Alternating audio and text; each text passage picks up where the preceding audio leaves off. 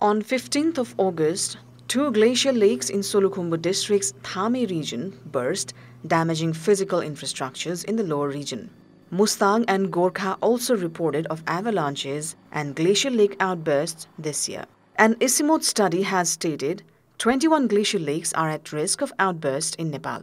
The impacts of global warming has been seen in the Himalayan region through glacial lake outbursts and floods. Experts say the latest of these incidents highlight on the impacts of climate crisis in Nepal.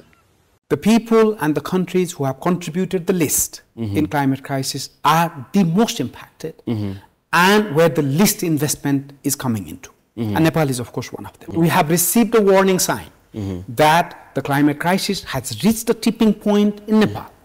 Now, of course, we will have to advocate globally, but we also cannot rely purely on international efforts. We got to take our own efforts.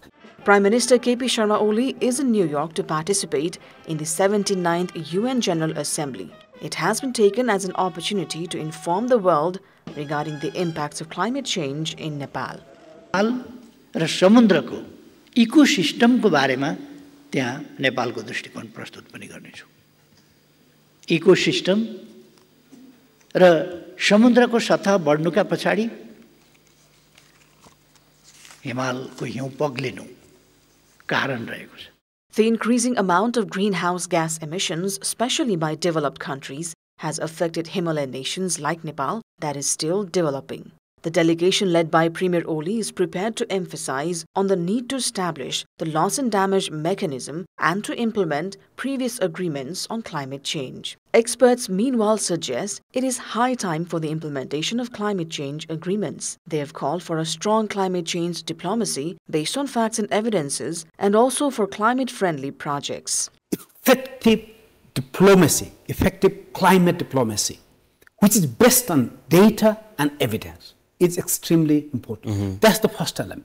The second element is talking is not enough. At COP28 in Dubai last year, an agreement was reached to implement the Loss and Damage Fund.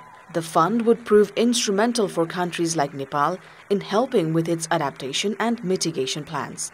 However, analysts say Nepal has lacked consistency in raising issues at global platforms like the UN General Assembly and diplomatic efforts to make the most out of such agreements.